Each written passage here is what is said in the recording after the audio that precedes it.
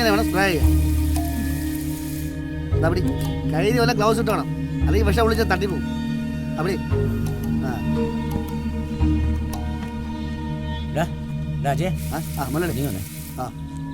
വായോഗിക്കാ പറഞ്ഞോടാ. അത് അവർ ചെയ്തോളൂ. കൊടു ഇപ്പടി ഇപ്പടി. ആ എടാ അജയ, ആ കാണുന്ന കുന്നില്ലേ, അത് ഞാനിങ്ങ് വാങ്ങിച്ചു. ആദ്യം നമ്മൾ ആ മണ്ണെടുത്ത് അങ്ങ് മാറ്റും. പിന്നെ ഇതുപോലെ തന്നെ കൈതയൊക്കെ അങ്ങ് കൃഷി ചെയ്യാം. നിനക്കൊക്കെ കുറച്ച് ദിവസം പണി കൂടി ആവട്ടാവേ.